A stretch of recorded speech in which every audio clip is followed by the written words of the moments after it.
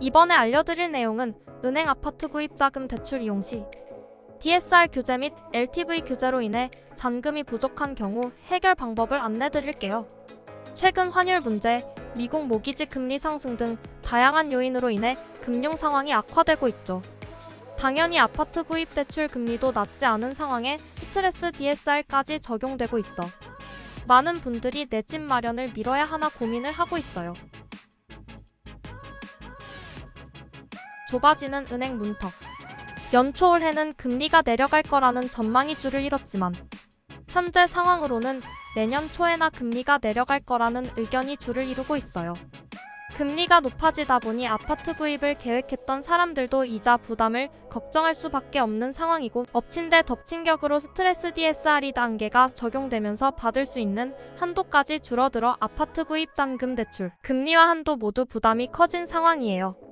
정부에서는 가계부채를 잡는다고 은행과 보험사에 자체적인 규제를 적용해 부채 증가를 억제하라고 지시를 내렸는데 그 결과 다주택자의 수도권 추가 아파트 구입 시 대출 금지, 생활자금 한도 축소 등 다양한 억제책들이 적용되고 있고 현재는 무주택 실수요자도 아파트 구입 자금 대출 가능한 은행을 찾지 못하는 상황이에요.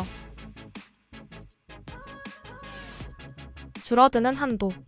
2022년 7월부터 시행된 차주 단위 DSR 규제는 총 부채가 1억 원을 넘어서면 은행 DSR 40%, 보험사 DSR 50%가 적용되어 소득 대비 부채 비율에 따라 아파트 구입 자금 대출 한도에 영향을 주고 있어요.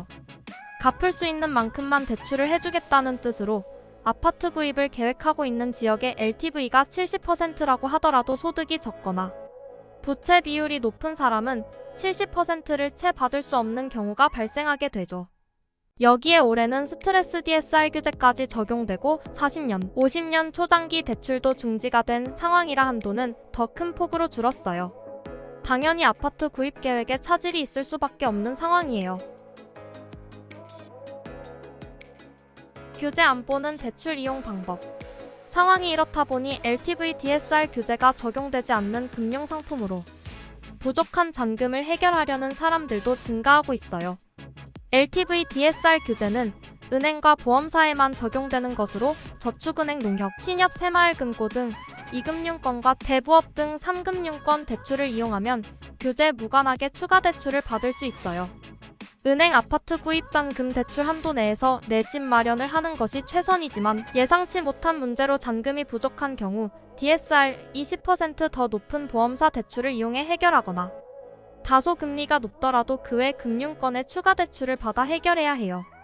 아파트 구입 자금 추가 대출은 아파트 시세의 약 80% 한도까지 이용할 수 있고 잔금을 치르는 당일 은행 대출에 영향 없이 부족한 금액을 받을 수 있어요. 시중은행 보험사 아파트 구입 자금 대출 금리, 비교 및 LTV DSR 초과해 추가 대출이 필요하다면 카카오톡 무료 상담으로 부담 없이 확인해 보세요.